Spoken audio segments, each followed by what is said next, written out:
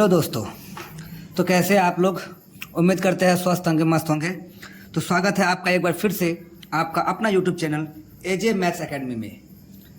तो दोस्तों आज के इस वीडियो में हम लोग बात करने वाले हैं क्लास 10th के मैथ का चैप्टर 1 के कुछ इम्पोर्टेंट टॉपिक्स के बारे में, इम्पोर्टेंट बातों के बारे में। इसमें हम लोग जैसे कि फर्स्ट चैप्टर जो है क्लास 10th का चैप्टर है वास्तविक संख्याएं। दोस्तों वास्तविक संख्याएं चैप्टर का नाम है, तो उसमें सिर्फ वास्तविक संख्याएं नहीं है, उसमें अब सभी संख्याओं को समझने की ज़रूरत है। तो दोस्तों आज के इस वीडियो में हम लोग बात करेंगे संख्या पद्धति के बारे में दोस्तों, जिसे हम इंग्लिश में कहते हैं नंबर सिस्टम। तो आज के जो वीडियो है ये बहुत ही इम्पोर्टेंट साबित होने वाला है आपके लिए। अगर आप भी 2027 के मैट्रिक का एग्ज़ाम देने वाले हैं तो ये जो वीडियो आपके लिए है ये बहुत ही इम्पोर्टेंट हो जाएगा। तो ज़्यादा बहस ना करते हुए हम लोग आगे बढ़ते हैं। सेशन को लाइक कीजिए और चैनल को सब्सक्राइब जरूर कीजिएगा। देखते हैं हम लोग पहला बात इसमें क्या है। पहला बात करते हैं हम लोग नंबर 1, संख्या पद्धति किसको कहते हैं, नंबर सिस्टम कहते किसे हैं। तो दोस्तों संख्या को लिखने, पढ़ने तथा उनके द्वारा गणना करने की विधि को संख्या पद्धति कहते हैं। यानी जो संख्याएं हैं उनको जो लिखने, पढ़ने या फिर गणना करने की जो विधि है उस विधि को ही हम लोग क्या कहते हैं, संख्या पद्धति कहते हैं। जैसे उदाहरण के तौर पर 1, 5, 12 और भी बहुत सारे एग्जैक्ट नंबर एक्सेट्रा करके दिया हुआ है यहाँ पर, ठीक है, जिसे हम कह सकते हैं संख्या पद्धति। अब देखते हैं हम लोग अगला पॉइंट है। अगला पॉइंट क्या है, बहुत ही इंपॉर्टेंट पॉइंट है ये कि प्राकृतिक संख्या किसे कहते हैं, प्राकृतिक संख्या क्या है। तो दोस्तों ध्यान से समझना, प्राकृतिक संख्या क्या है। परिभाषा आप दे सकते हैं कि गिनती करने के लिए जिन संख्याओं का प्रयोग किया जाता है उन्हें प्राकृतिक संख्या कहते हैं। दोस्तों कहा गया है कि गिनती करने के लिए जिन संख्याओं का प्रयोग किया जाता है उन्हें प्राकृतिक संख्या कहते हैं। तो दोस्तों आप पहले एक बात ये बताइए हमें कि गिनती करने के लिए आप गिनती की शुरू कहाँ से करते हैं। गिनती किसी को भी आप गिनती शुरू करने के लिए कहिएगा तो वो 1 से शुरू करता है दोस्तों, यानी 1 से गिनती शुरू करता है और 1 से गिनती शुरू करके लगातार चलते रहता है 1, 2, 3, 4, 5 एटसेट्रा, ऐसी तरह से चलता रहता है। तो इन संख्याओं को जो 1 से शुरू होती है और लगातार चलते रहती है, इन संख्याओं को हम कहते हैं प्राकृतिक संख्या। इंग्लिश में कहे इसे तो नेचुरल नंबर, यानी इसे n से सूचित किया जाता है। यानी अगर कोई प्राकृतिक संख्या का कोई समूह है, मान लीजिए कोई एक समूह है जिसमें बहुत सारा संख्या है और वो प्राकृतिक संख्याओं का समूह है, तो हम उसे कहेंगे क्या कि n समूह कहेंगे दोस्तों, ठीक है, n से सूचित किया जाता है उसे। इसी तरह से अब एक बात ध्यान दे सकते हैं, ध्यान देने योग्य बात यह है कि 0 प्राकृतिक संख्या नहीं है। प्राकृतिक संख्या जो है दोस्तों वो 1 से शुरू होता है, ना कि 0 से। आप इस बात को ध्यान रखिएगा कि 0 जो है वो प्राकृतिक संख्या नहीं है। प्राकृतिक संख्या कहाँ से शुरू होती है, तो 1 से शुरू होती है और इसी प्रकार चलते रहता है 1, 2, 3, 4, इसी तरह से यह लगातार इसी क्रम में चलता रहेगा। उम्मीद है आपको समझ में आया होगा। फिर देखते हैं अगला point, point number 3। Point number 3 क्या है दोस्तों, पॉइंट नंबर 3 में हम लोग बात करेंगे पूर्ण संख्या यानी होल नंबर्स की। पूर्ण संख्या किसे कहते हैं, तो पूर्ण संख्या दोस्तों प्राकृतिक संख्याओं में 0 जोड़ने पर जो संख्या प्राप्त होती है उन्हें पूर्ण संख्याएं कहते हैं, यानी होल नंबर कहते हैं और इसे W से सूचित किया जाता है दोस्तों। यानी परिभाषा में हमने क्या समझा कि प्राकृतिक संख्याओं में हम 0 ऐड कर दें। दोस्तों अभी थोड़ी देर पहले प्राकृतिक संख्याओं का समूह हम लोग पढ़े। प्राकृतिक संख्या किसे कहते हैं, तो जिन संख्याओं को 1 से गिनना शुरू करते हैं और लगातार गिना जाए 1, 2, 3, 4 इस तरह से अगर गिना जाए तो ये प्राकृतिक संख्याएं हैं। लेकिन इन्हीं संख्याओं के शुरू में अगर हम 0 ले लेते हैं, शुरू में अगर हम 0 ले लेते हैं तब इन संख्या को हम कहेंगे पूर्ण संख्याएं। यानी ये संख्याएं क्या कहलाएगी, पूर्ण संख्याएं कहलाएगी दोस्तों। यानी हमें इंग्लिश में कहेंगे तो इन्हें कहेंगे होल नंबर्स। बात करते हैं अगले पॉइंट की। अगला पॉइंट है पॉइंट नंबर 4, पूर्णांक संख्या। पूर्णांक संख्या क्या होता है दोस्तों, तो ऋणात्मक संख्या या फिर शून्य या फिर धनात्मक संख्याओं के समूह को पूर्णांक संख्या कहते हैं। यानी हम बात करते हैं पूर्णांक संख्याओं की, तो पूर्णांक संख्या जो होता है दोस्तों, ये ऋणात्मक भी हो सकता है, धनात्मक भी हो सकता है। जैसे मान लीजिए 0 है, 0 से राइट बढ़ेंगे, राइट हैंड की तरफ चलेंगे तो ये हो जाएगा हम लोग का 1 2 3 4, इसी तरह से ये चलता रहेगा। 1 2 3 4 इस तरह से ये चलता रहेगा। ठीक इसी तरह से यहाँ से अगर उल्टा गिनती गिने हम लोग तो 0 से उसके बाद -1 -2 -3 -4, इस तरह से ये चलता रहेगा। तो ऐसी संख्याओं को हम कहेंगे पूर्णांक संख्या। यानी हम कह सकते हैं कि पूर्णांक में तीनों टाइप के संख्याएं शामिल है। जैसे पूर्णांक में क्या हो जाएगा, माइनस वाले नंबर्स भी मौजूद होंगे, प्लस वाले संख्याएं भी होंगे और शून्य यानी 0 भी उसमें शामिल होगा। तो ऐसी संख्या को हम क्या कहेंगे, पूर्णांक संख्याएं कहेंगे। जैसे यहाँ पर एग्जाम्पल के तौर पर दिया गया है, ये सारे के सारे संख्याएं जो है दोस्तों, ये सारे के सारे पूर्णांक संख्याएं हैं। अब हम बात करते हैं, अगला पॉइंट है पॉइंट नंबर 5। पॉइंट नंबर 5 में कहा गया दोस्तों भाज्य संख्या यानी कॉम्पोजिट नंबर। कॉम्पोजिट नंबर क्या होता है दोस्तों? तो भाज्य संख्या हम किन संख्याओं को कहेंगे, देखते हैं कि परिभाषा अगर ध्यान से देखें दोस्तों, कि जिन संख्याओं को 2 से अधिक गुणनखंड हो, जिन संख्याओं के 2 से अधिक गुणनखंड यानी फैक्टर होते हैं, उन्हें भाज्य संख्याएं कहते हैं। यानी ऐसी संख्या, कोई एक ऐसी संख्या जिसके 2 से ज़्यादा गुणनखंड हो। गुणनखंड का अर्थ क्या होता है? मान लीजिए कोई एक संख्या है 6, तो देखेंगे दोस्तों ये संख्या जो है 2 से भी पूरा भाग लग जाएगा और 3 से भी पूरा भाग लग जाएगा। तो दोस्तों हम कह सकते हैं, और ये संख्या जो है 1 से भी भाग लगेगा, 1 का पहाड़ा 6 बार पढ़ने से 6 1 से भी भाग लग जाएगा। और हम कह सकते हैं कि ये संख्या अपने आप से यानी 6 से भी भाग लगेगा। तो दोस्तों कह सकते हैं कि ये 6 जो संख्या थी हमारी, इसका 1 2 3 4 गुणनखंड हो गया। कितना गुणनखंड हो गया? 1 2 3 4, यानी 4 अलग अलग संख्याओं से ये भाग लग रहा है। तो उन्हें हम क्या कहेंगे? भाज्य संख्याएं कहेंगे। ये क्या हो जाएगा दोस्तों? भाज्य संख्या। यानी कोई ऐसा संख्या जो अपने आप को यानी 1 और अपने आप को छोड़ के किसी अन्य संख्या से भाग लगे, जैसे इससे या इससे भाग लगे, तो हम क्या कहेंगे दोस्तों? इन्हें कहेंगे हम भाज्य संख्या। जैसे 4 हो गया, 6 8 9 के भाग लग जाता 3 से।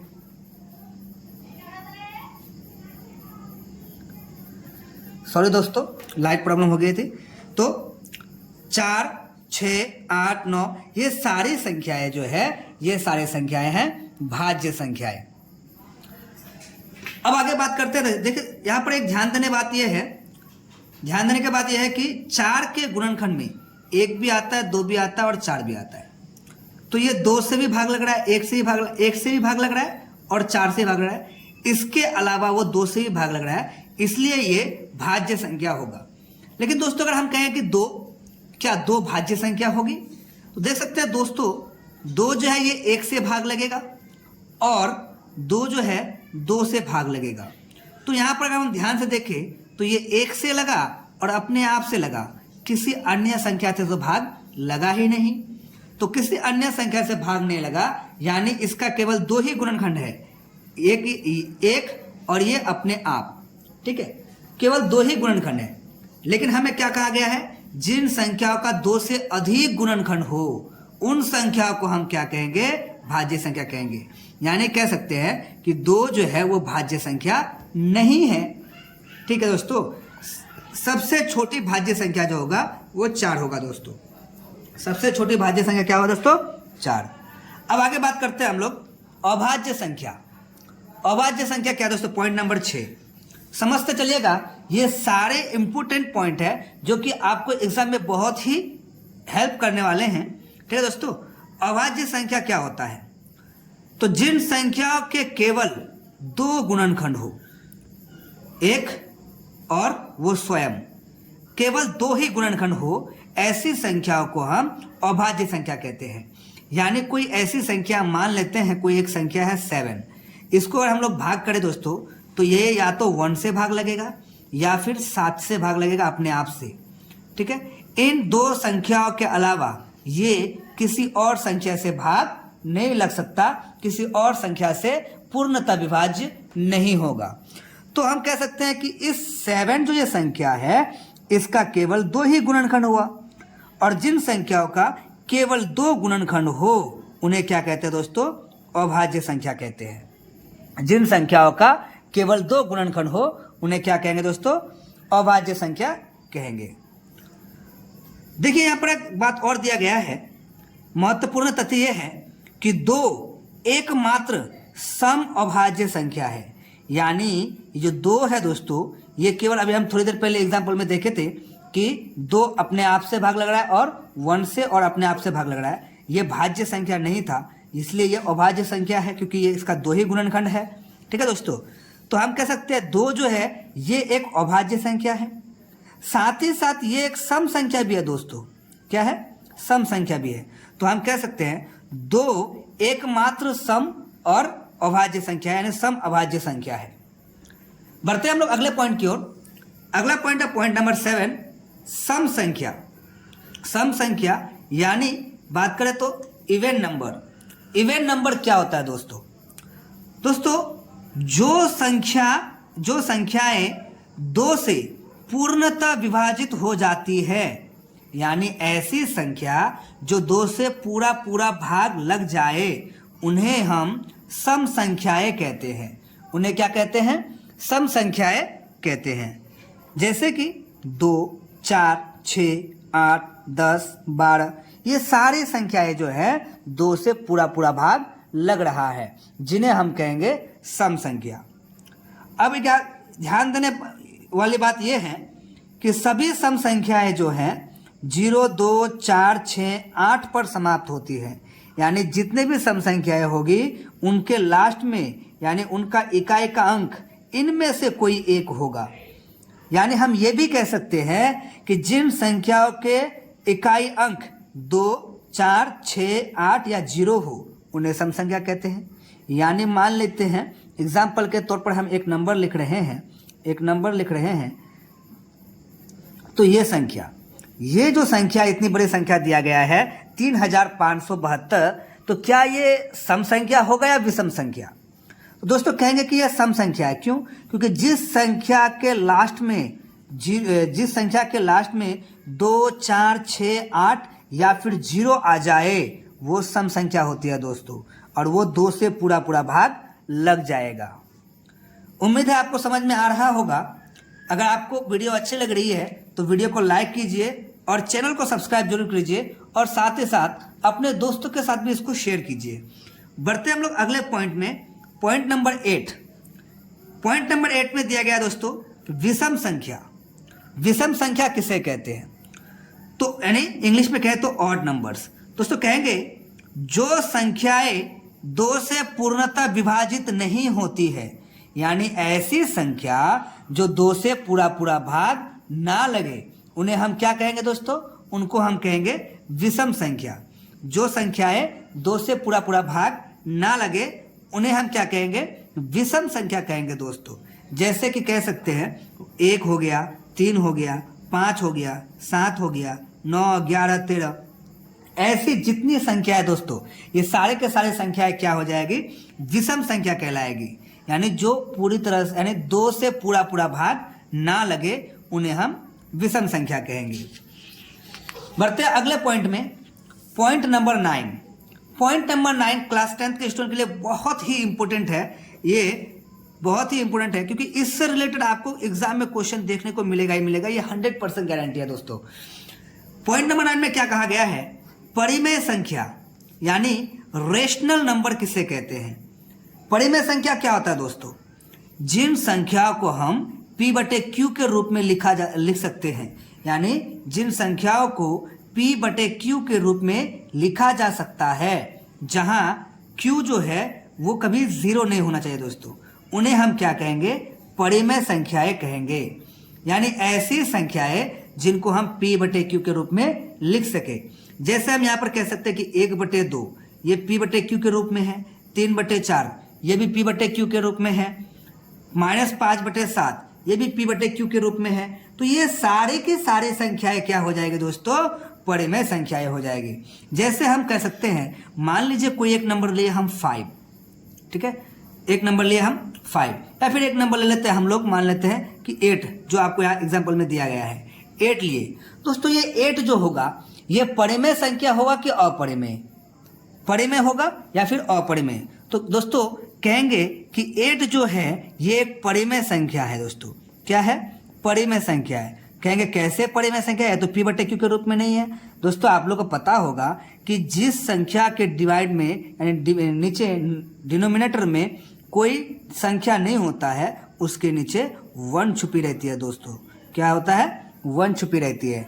तो ये 8/1 हो गया, P/Q के रूप में हो गया। तो P/Q के रूप में हो गया तो हम इसे क्या कहेंगे, परिमेय संख्या कहेंगे। दोस्तों चलिए अब विशेष बात इसमें क्या है, तो इसमें विशेष बात यह है कि सभी पूर्णांक और सभी पूर्ण संख्याएं भी परिमेय संख्या होती है। दोस्तों यानी जितने भी हम लोग पूर्णांक संख्या पढ़े, जितने भी हम लोग पूर्ण संख्या पढ़े, वो सारे के सारे संख्याएं क्या हो जाएगी दोस्तों, परिमेय संख्याएं हो जाएगी।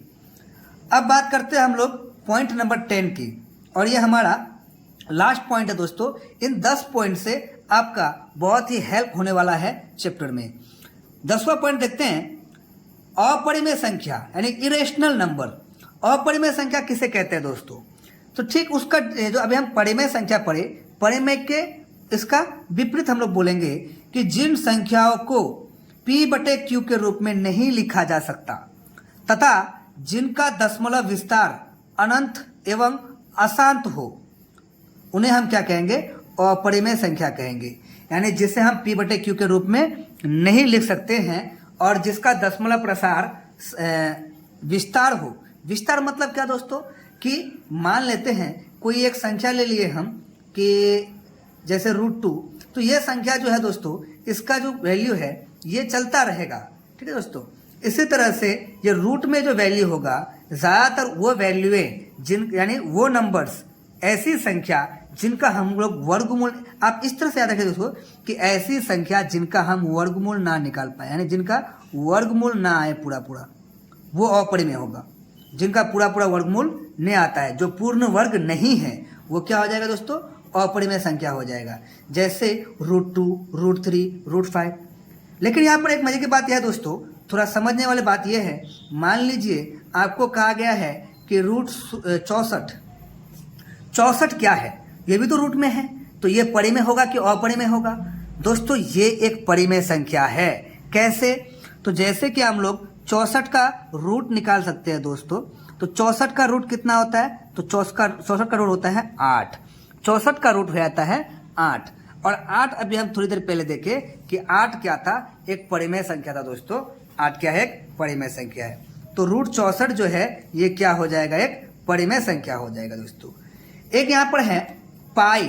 पाई क्या है, तो पाई एक अपरिमेय संख्या है दोस्तों। पाई क्या है, एक अपरिमेय संख्या है। बहुत बार एग्जाम में ये क्वेश्चन पूछा जा चुका है कि पाई क्या है, तो पाई एक अपरिमेय संख्या है। लेकिन यहाँ पर एक ध्यान देने वाली बात यह है दोस्तों कि पाई जो है ये एक अपरिमेय है, लेकिन पाई का मान होता है 22/7। ये एक परिमेय संख्या है दोस्तों। ये क्या है, ये परिमेय हो जाएगा क्योंकि ये P/Q के रूप में लिखा गया है, तो ये परिमेय संख्या हो जाएगा। अगर सिंपल में दिया गया है कि पाई क्या है, तो ये अपरिमेय कहलाएगा। लेकिन पाई का मान अगर 22/7 दे दिया गया है और पूछा गया है कि 22/7 क्या है, तो 22/7 जो होगा दोस्तों ये एक परिमेय संख्या हो जाएगा दोस्तों। ये क्या हो जाएगा, परिमेय संख्या। तो देखते हैं कुछ इंपॉर्टेंट पॉइंट और एग्जाम पॉइंट क्या क्या है दोस्तों। इसमें कुछ बातें पहले है कि प्राकृतिक संख्याएं, दोस्तों याद रखना, प्राकृतिक संख्याएं 1 से शुरू होती है और लगातार चलती रहती है। पूर्ण संख्याएं क्या होते हैं दोस्तों, जैसे हम लोग प्राकृतिक संख्या को 1 से शुरू कर रहे थे, उसी तरह से पूर्ण संख्या को हम लोग कहाँ से शुरू करेंगे? 0 से शुरू करेंगे दोस्तों। कहाँ से शुरू करेंगे? 0 से, और लगातार चलते रहेंगे। 0 1 2 3 4 5 6 7 8 ऐसे चलता रहेगा। उसके बाद कहा गया है कि पूर्णांक संख्याएं क्या है? तो पूर्णांक संख्याएं जिसमें माइनस वाली संख्याएं यानी ऋणात्मक वाली संख्याएं, धनात्मक वाली संख्याएं और शून्य भी शामिल हो, ये सारे के सारे संख्याएं क्या है दोस्तों? ये सारे के सारे संख्याएं पूर्णांक संख्याएं हैं। अगला पॉइंट हम लोग बात करेंगे परिमेय संख्याएं। परिमेय संख्या किसे कहते हैं? तो जिन संख्या को हम P/Q के रूप में लिख सकते हैं उन्हें हम क्या कहेंगे दोस्तों? उन्हें हम कहेंगे परिमेय संख्याएं। और जिन संख्या को हम P/Q के रूप में नहीं लिख सकते उन्हें क्या कहेंगे दोस्तों? उन्हें कहेंगे अपरिमेय संख्याएं। एग्जाम के लिए कुछ इंपोर्टेंट पॉइंट ये है कि एक जो है दोस्तों, ये जो संख्या है एक, ये ना तो अभाज्य है और ना ही भाज्य है। इसको हम दोनों ही नहीं कह सकते। इसे भाज्य संख्या भी नहीं कह सकते, इसे अभाज्य संख्या भी नहीं कह सकते। अगला पॉइंट ये है कि ये जो 2 है ये एकमात्र सम अभाज्य संख्या है दोस्तों, यानी इसके बाद और कोई ऐसी संख्या नहीं है जो सम हो और अभाज्य हो ही नहीं सकता दोस्तों। 2 केवल एक ऐसी संख्या है जो सम संख्या है। क्या है दोस्तों? सम संख्या और अभाज्य संख्या है।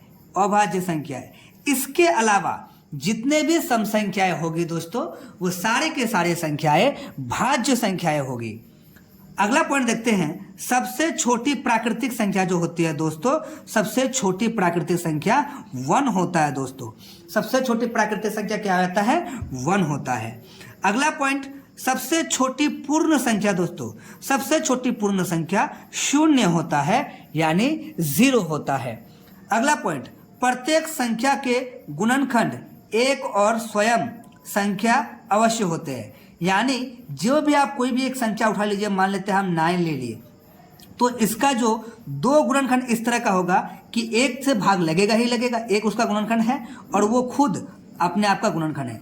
इसके बीच में वो 3 भी उसका गुणनखंड हो सकता है। इसी प्रकार और भी हम लोग एग्जाम्पल ले सकते हैं। मान लीजिए कि हम ले लिए 12 ले लेते हैं दोस्तों, तो इसका एक शून्य गुणनखंड 1 होगा, एक गुणनखंड 2 होगा, 2 से भी भाग लगेगा, 3 से भी भाग लगेगा, 4 से भी भाग लगेगा, 5 से नहीं लगेगा दोस्तों, 6 से भी भाग लगेगा और 12 से भी भाग लगेगा।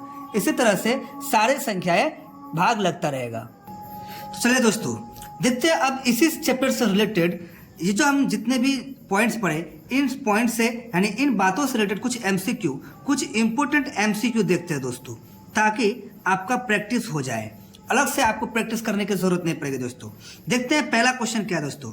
पहला क्वेश्चन दिया गया है कि निम्न संख्याओं में से कौन सी प्राकृतिक संख्या नहीं है? कौन प्राकृतिक संख्या नहीं होता है दोस्तों?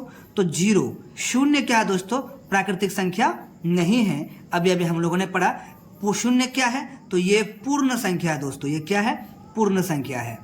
अगला क्वेश्चन है क्वेश्चन नंबर 2 कि पूर्ण संख्या का समुच्चय है। कौन पूर्ण संख्याओं का समुच्चय है, यानी पूर्ण संख्या का समूह है? तो दोस्तों अभी हम लोग बात किए थे कि पूर्ण संख्या जो होता है वो 0 से शुरू होता है और लगातार चलते रहता है। तो 0 से शुरू होता है, देखिए दोस्तों ऑप्शन नंबर बी है जो कि 0 से शुरू हो रहा है और लगातार चल रहा है। तो इसका आंसर क्या हो जाएगा? Option number B. Option number A जो है दोस्तों, आप ध्यान से अगर देखिएगा तो ये प्राकृतिक संख्याओं का समूह है दोस्तों। क्या है? प्राकृतिक संख्याओं का समुच्चय है। अगर हम लोग सी देखें तो सी क्या है? इसमें माइनस वाली संख्याएं भी है, ऋणात्मक वाली भी है, प्लस वाली संख्याएं भी है और 0 भी है। तो ये पूर्णांक संख्याएं हो जाएंगे दोस्तों। क्या हो जाएगा? जिसमें तीनों शामिल हो जाता है वो क्या होता है? पूर्णांक संख्याएं होती हैं। अगला पॉइंट क्या है? ऑप्शन नंबर डी भी देख लेते हैं। ऑप्शन नंबर डी में कहा गया है कि P/Q, जहाँ Q जो है वो नॉट इक्वल टू 0 हो, तो ऐसी संख्या को दोस्तों परिमेय संख्या कहते हैं। क्या कहते हैं दोस्तों? परिमेय संख्या कहते हैं। अगला पॉइंट देखते हैं, नेक्स्ट क्वेश्चन, क्वेश्चन नंबर 3, पूर्णांक संख्याओं का समुच्चय। दोस्तों पूर्णांक संख्या को इंग्लिश में होल नंबर कहते हैं दोस्तों। तो ऑप्शन नंबर क्या हो जाएगा? बी। नेक्स्ट क्वेश्चन, निम्न में से सबसे छोटी पूर्ण संख्या। दोस्तों पूर्ण संख्या कहाँ से शुरू होता है? तो पूर्ण संख्या 0 से शुरू होता है और लगातार चलती रहती है। तो सबसे छोटी पूर्ण संख्या क्या हो जाएगा, जहाँ से शुरू होता है वही सबसे छोटा है, 0 से शुरू होता है तो क्या हो जाएगा, 0 हो जाएगा। अगला क्वेश्चन, क्वेश्चन नंबर 5, कहा गया है कि निम्न में से कौन सी संख्या सम संख्या है। सम संख्या पूछा गया दोस्तों। सम संख्या किसे कहते हैं, तो डेफिनेशन याद कीजिए, जो संख्या 2 से पूरा पूरा भाग लग जाए उसे सम संख्या कहते हैं। और ध्यान देने वाली बात यह था कि सम संख्याओं के लास्ट में या तो 0 होगा या 2 होगा या 4 होगा या 6 होगा या 8 होगा, इनमें से कोई एक होगा। तो देखिए इनमें से कौन है, तो ऑप्शन नंबर सी में देखिए आप 8 है, जो कि एक सम संख्या हो जाएगा। क्वेश्चन नंबर 6, निम्न में से कौन सी संख्या विषम संख्या है दोस्तों। तो विषम संख्या किसे कहते हैं, तो जिन संख्या यानी वैसी संख्या जो 2 से पूरा पूरा भाग ना लगे उन संख्याओं को हम क्या कहते हैं, विषम संख्या कहते हैं। देखेंगे 24 2 से पूरा पूरा भाग लग रहा है 12 बार में, 36 है तो 18 बार में, 57 भाग नहीं लग रहा है दोस्तों, तो ये क्या हो जाएगा, ये हो जाएगा हमारा विषम संख्या। देखते हैं next question, question number 7। Question number 7 में क्या कहा गया है कि निम्न में से कौन सी संख्या अभाज्य संख्या है। अभाज्य संख्या पूछा गया है, यानी अभाज्य संख्या का अर्थ ये होता है जो केवल 1 से भाग लगे और अपने आप से भाग लगे, इसके अलावा किसी और संख्या से भाग ना लगे। तो ध्यान से देख सकते हैं दोस्तों, ऑप्शन नंबर सी जो है ये केवल 1 से भाग लगता है और अपने आप से भाग लग रहा है और किसी अन्य संख्या से भाग नहीं लग रहा है, तो ये क्या हो जाएगा, अभाज्य संख्या हो जाएगा। नेक्स्ट क्वेश्चन, क्वेश्चन नंबर 8 दोस्तों। क्वेश्चन नंबर 8 में कहा गया है कि निम्न में से कौन सी संख्या भाज्य संख्या है। भाज्य का मतलब क्या, जो संख्या अपने आप से भी भाग लगे और 1 से भी भाग लगे और इसके अलावा किसी और संख्या से भी भाग लगे, है ना। जैसे कि भाज्य संख्या की अगर बात करें तो 13 दोस्तों, 13 जो है ये 1 से भाग लग रहा है और अपने आप से, और किसी से भाग नहीं लग रहा है, तो इसका 2 ही गुणनखंड हुआ। 18 देखिए दोस्तों, 18 अपने आप से 1 से भाग लग रहा है, 2 से भी भाग लगता है, 3 से भी लगेगा, 6 से भी लगेगा, 9 से भी लगेगा और 18 से भी, इसके बहुत सारे गुणनखंड हो गए दोस्तों, तो ये क्या हो जाएगा, भाज्य संख्या हो जाएगा। अगला क्वेश्चन, क्वेश्चन नंबर 9, कहा गया है कि निम्न में से अभाज्य संख्याओं की सही जोड़ी कौन सी है, यानी ऐसा कौन सा जोड़ा है जिसमें दोनों के दोनों अभाज्य संख्या है। ध्यान से देखिए दोस्तों, ऑप्शन नंबर ए में ही आंसर है, ये भी एक अभाज्य संख्या है और ये भी एक अभाज्य संख्या है, तो option number is the correct answer. Next question, question number 10, कहा गया है कि परिमेय संख्याओं का समुच्चय किससे दर्शाया जाता है। दोस्तों कहा गया कि परिमेय संख्या जो होती है, परिमेय संख्याओं का समुच्चय किससे दर्शाया जाता है। दोस्तों अगर हम लोग बात करें ये n, तो n क्या होता है दोस्तों, n हो जाता है हम लोग का नेचुरल नंबर यानी सम संख्या। अब जब थोड़ी देर पहले हम लोग पढ़े थे परिमेय संख्या, परिमेय संख्या जो होता है दोस्तों इन्हें q से सूचित किया जाता है दोस्तों, किससे, q से सूचित किया जाता है। तो इनका आंसर क्या हो जाएगा, बोला गया परिमेय संख्या का समुच्चय किससे दर्शाया जाता है, तो इसका आंसर हो जाएगा option number D is the correct answer. Next question कहा गया है कि निम्न में से परिमेय संख्या कौन है, यानी इनमें से कौन परिमेय संख्या है। तो ध्यान से देखना दोस्तों, ये एक अपरिमेय है, रूट में है तो अपरिमेय, पाई एक अपरिमेय होता है, ये भी नहीं होगा। परिमेय संख्या किसे कहते हैं, जिसे हम p/q के रूप में लिख सके, जिसे हम p/q के रूप में लिख सके। तो ध्यान से देखिए option number C is the correct answer, जिसे हम p/q के रूप में लिख रहे हैं। नेक्स्ट क्वेश्चन कहा गया है कि निम्न में से कौन अपरिमेय संख्या है दोस्तों, अपरिमेय। तो अपरिमेय अगर देखा जाए दोस्तों कि ये जो 3/5 है ये p/q के रूप में, ये तो परिमेय हो गया, ये तो नहीं होगा। हमें अपरिमेय पूछा है, ध्यान से देखिएगा, अपरिमेय, परिमेय नहीं पूछा है। तो -7 ये भी एक परिमेय है, नीचे कुछ नहीं तो 1 है, p/q के रूप में हो जाएगा। इसको भी हम लोग चेंज कर सकते हैं, 0.2 जो है 25 जो है, नीचे कुछ नहीं है तो 1 है, जैसे ही पॉइंट हटेगा 2 0 आ जाएगा, तो ये तो परिमेय हो जाएगा। √5 जो है दोस्तों ये एक अपरिमेय संख्या है, सी इज द करेक्ट आंसर। √5 क्या हो जाएगा, एक अपरिमेय संख्या हो जाएगा। अब देखते हैं और भी कुछ इंपोर्टेंट क्वेश्चंस है दोस्तों। इसमें से पहला क्वेश्चन है कि सबसे छोटी प्राकृतिक संख्या कौन सी है। सबसे छोटी प्राकृतिक संख्या। दोस्तों बताइए जरा कि प्राकृतिक संख्या कहाँ से शुरू होता है, तो सब कहेंगे प्राकृतिक संख्या 1 से शुरू होता है, तो सबसे छोटी तो 1 ही हो गया दोस्तों। दूसरा क्वेश्चन कहा गया है निम्न में से कौन पूर्ण संख्या नहीं है।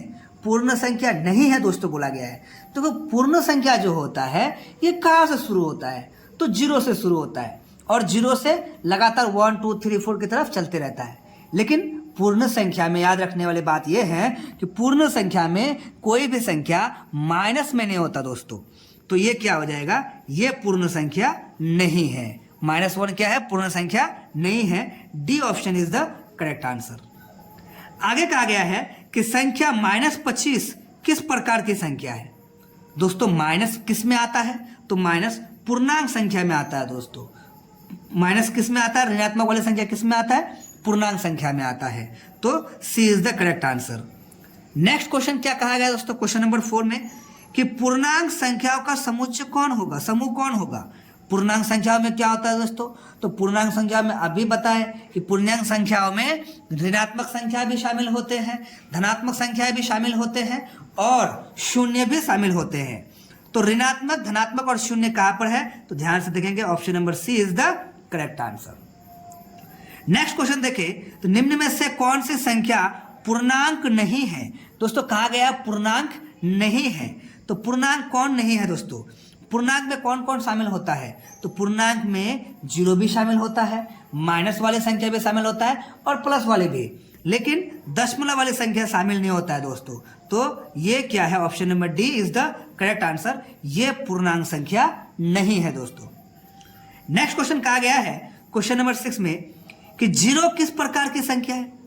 दोस्तों 0 किस प्रकार की संख्या है, तो 0 सब देखो 0 जो है ये पूर्ण संख्या में भी आता है, तो ये पूर्ण संख्या हो जाएगा। 0 जो है पूर्णांक संख्या भी हो जाएगा, ठीक है दोस्तों। अगला क्वेश्चन 0 क्या हो जाएगा, पूर्ण संख्या हो जाएगा। नेक्स्ट क्वेश्चन क्या है कि निम्न में से कौन सी संख्या सम संख्या है। दोस्तों कहा गया है कि निम्न में से कौन सी संख्या सम है। सम यानी 2 से पूरा पूरा भाग लग जाना चाहिए।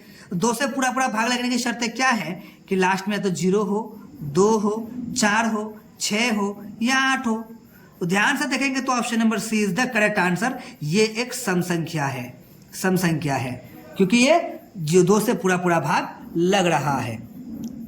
अब देखते हैं क्वेश्चन नंबर 10, क्वेश्चन नंबर 8 में क्या कहा गया दोस्तों कि निम्न में से कौन सी संख्या विषम संख्या है। दोस्तों विषम पूछा है, यानी जो 2 से पूरा पूरा भाग ना लगे, तो कौन है जो 2 से पूरा पूरा भाग नहीं लग रहा है। ध्यान से देखेंगे तो option number C, option number C is the correct answer, ये 2 से पूरा पूरा भाग नहीं लग रहा है दोस्तों। क्वेश्चन नंबर 9 कहा गया है कि 2 3 5 7 11 13 ये किस प्रकार की संख्याएं हैं। ये सारे संख्याएं जो हैं ये किस प्रकार की संख्याएं हैं।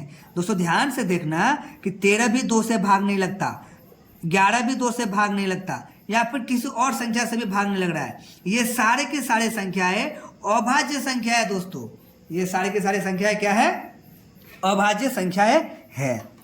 नेक्स्ट क्वेश्चन है कि निम्न में से कौन सी संख्या अभाज्य होगा, कि निम्न में से कौन सी संख्या अभाज्य होगा। जल्दी जल्दी कमेंट में आंसर दीजिए दोस्तों कि निम्न में से कौन सी संख्या अभाज्य है, इनमें से कौन अभाज्य। अभाज्य किसे कहते हैं कि जो संख्याएं 2 से पूरा पूरा भाग ना लगे उन्हें हम क्या कहेंगे, अभाज्य संख्या कहेंगे। तो कौन है जो अभाज्य है, 2 से पूरा पूरा भाग नहीं लग रहा है, और सॉरी जो मतलब जिसका कोई 2 से अधिक गुणनखंड नहीं है। तो दोस्तों ध्यान से देखेंगे तो अभाज्य संख्या क्या है दोस्तों, यहाँ पर थोड़ा बोलने से मिस्टेक हो गई, ठीक है। आप ये याद रखिएगा कि अभाज्य संख्या किससे कहते हैं, तो अभाज्य संख्या वैसी संख्या को कहते हैं जिनका 2 से ज्यादा गुणनखंड ना हो, यानी जिनका केवल और केवल सिर्फ और सिर्फ 2 गुणनखंड हो, यानी कह सकते हैं 13 क्या है दोस्तों, अभाज्य संख्या है। देखते हैं नेक्स्ट क्वेश्चन, क्वेश्चन नंबर 11 कहा गया है कि निम्न में से कौन सी संख्या भाज्य संख्या है। निम्न में से कौन सी संख्या भाज्य है, यानी भाज्य का मतलब क्या होता है, जिसका 2 से ज्यादा गुणनखंड हो, यानी जो अपने आप से भाग लगे, 1 से भाग लगे और इसके अलावा किसी और से भी भाग लगे। तो ऐसी कौन है, ऐसी कौन संख्या है, तो यह संख्या है 15। 15 1 से भी भाग लगता है, 3 से भी भाग लगता है, 5 से भी भाग लगता है और अपने आप से भी भाग लगता है दोस्तों। तो इसके बीच 2 गुणनखंड और हो गया, इसके टोटल 4 गुणनखंड है। तो ये क्या हो जाएगा दोस्तों, ये हो जाएगा एक भाज्य संख्या। अगला कहा गया है क्वेश्चन नंबर 12 कि 1 के गुणनखंड की संख्या कितनी होती है। दोस्तों 1 का गुणनखंड कितना होगा, तो 1 का गुणनखंड 1 ही होता है दोस्तों, 1 ही होगा, क्योंकि 1 को और किसी और के पारा से गुणा नहीं किया जा सकता, 1 को 1 ही हो जाएगा। अगला क्वेश्चन है कि ये 2 क्या है दोस्तों, 2 क्या है, विषम अभाज्य संख्या है। 2 विषम अभाज्य है नहीं दोस्तों, 2 जो है ये सम है और अभाज्य है। 2 सम संख्या है और एक अभाज्य संख्या है। B is the correct answer. Definition में भी हम आपको ये पॉइंट नोट कर दिए थे कि 2 एक ऐसी संख्या है, 2 केवल एकमात्र ऐसी संख्या है जो सम और अभाज्य दोनों होता है। अगला क्वेश्चन, क्वेश्चन नंबर 14 कहा गया है किसी भी संख्या के कितने गुणनखंड निश्चित होते हैं। देखिए दोस्तों, किसी भी संख्या के कितने गुणनखंड निश्चित है ये कंफर्म कहना मुश्किल है। मान लेते हैं अगर हम 9 को बोलेंगे तो आप कह सकते हैं कि हाँ 9 1 से भाग लगेगा, 9 1 से भाग लगेगा, 9 3 से भाग लगेगा और 9 खुद से अपने आप से भाग लगेगा। अब इस छोटी संख्या का तो आप गिना सकते हैं, लेकिन अगर हम एक बड़ा सा संख्या ले ले तो उसका आप नहीं गिना सकते, यानी इसकी गुणनखंडों की संख्या जो होगी दोस्तों ये असीमित हो जाएगी। दोस्तों क्या हो जाएगा ये, अच्छा दोस्तों ये सीमित हो जाएगी, लेकिन असीमित नहीं कह सकते, सीमित हो जाएगा, लेकिन बहुत सारे हो सकते हैं, सीमित हो जाएगा।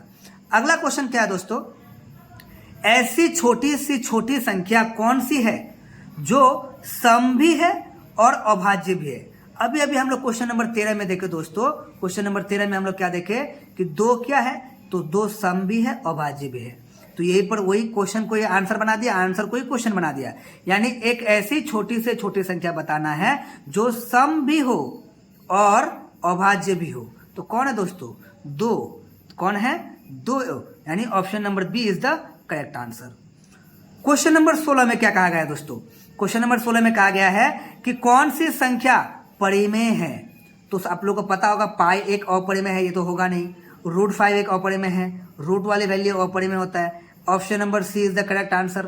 क्यों, क्योंकि परिमेय किसे कहते हैं, जिसे P/Q के रूप में लिखा जा सके उसे परिमेय कहते हैं, तो ये P/Q के रूप में है। नेक्स्ट क्वेश्चन नंबर 17 कहा गया निम्न में से कौन सी संख्या परिमेय नहीं है, परिमेय नहीं है बोला गया दोस्तों। कहा गया है कि परिमेय नहीं होना चाहिए। दोस्तों ये भी परिमेय है, ये भी परिमेय है, ये भी परिमेय है। ऑप्शन नंबर सी जो है ये परिमेय नहीं है, option number C is the correct answer. अगला क्वेश्चन कहा गया दोस्तों कि 0.333 ये किस प्रकार की संख्या है। दोस्तों जब भी इस प्रकार की संख्या आपको मिले तो ऐसी संख्या को हम अपरिमेय संख्या कहेंगे, क्योंकि जो संख्या पूरा पूरा भाग ना लगे और लगातार चलती रहती है उन्हें हम अपरिमेय संख्या कहते हैं दोस्तों। अगला क्वेश्चन, क्वेश्चन नंबर 19 में कहा गया है कि निम्न में से कौन सी संख्या का दशमलव विस्तार सीमित नहीं है, यानी चलते रहेगा। तो कौन होगा, ये √2 होगा दोस्तों, जो कभी भी पूर्णतः भाग नहीं लगेगा और ये चलता रहेगा लगातार। पॉइंट के बाद इसके बहुत सारे नंबर आते रहेंगे। अगला क्वेश्चन नंबर 20 जो हम आपके होमवर्क के लिए छोड़ रहे हैं दोस्तों, इसका आंसर आप कमेंट में कीजिएगा कि निम्न में से कौन सी संख्या अपरिमेय है। 22/7, 9/11 या फिर √7 या फिर -5, इनमें से कौन सी संख्या है दोस्तों जो एक अपरिमेय संख्या है। दोस्तों क्या है, अपरिमेय संख्या है। तो अगर आपको वीडियो अच्छा लगी हो तो वीडियो को लाइक कीजिएगा और चैनल को सब्सक्राइब कीजिएगा, और इस क्वेश्चन का होमवर्क आप बना के आप इसका आंसर यानी सॉल्यूशन जो है इसका आप करेक्ट आंसर आप कमेंट में ज़रूर बताइएगा। और इसी तरह का वीडियो के लिए चैनल को सब्सक्राइब कर दीजिए और बेल आइकन जरूर दबाइएगा। और साथ ही साथ अगर आपको ये PDF नोट अगर चाहिए तो आप इस नंबर पर मैसेज कर सकते हैं दोस्तों, इस नंबर पर आप मैसेज कर सकते हैं। इस नंबर पे आप व्हाट्सएप में नोट्स लिख के मैसेज कर दीजिएगा दोस्तों। अगर आपको नोट्स चाहिए तो ये पूरा का पूरा PDF आपको नोट्स आपको मिल जाएगा दोस्तों। अगर आपको नोट्स चाहिए तो आप ये नंबर नोट कर लीजिए, इसमें आप व्हाट्सएप कीजिएगा दोस्तों, इसमें आप व्हाट्सएप कीजिएगा, है ना, जिसमें आपको सिर्फ अपना नाम लिखना है है ना, और लिख देना है नोट्स। आपको इस तरह का सभी पीडीएफ नोट्स आपको पीडीएफ तरफ आपको मिल जाएगा। फिर आप किसी भी दुकान से या कहीं पर से प्रिंट करके आप उनको सॉल्व कर सकते हैं, या फिर इसको अच्छे से स्टडी मटेरियल के तौर पर यूज़ कर सकते हैं। ये आपके बिहार बोर्ड के 2027 के एग्ज़ाम के लिए दोस्तों बहुत ही इम्पोर्टेंट है दोस्तों, बहुत ही इम्पोर्टेंट। इसमें से आज का जो सेशन हमने किया है, इसमें से कम 5 से 10 क्वेश्चन आपको एग्जाम में देखने को मिल सकता है दोस्तों। तो ठीक है, मिलते हैं अगले वीडियो में, तब तक के लिए टाटा बाय बाय, जय हिंद दोस्तों।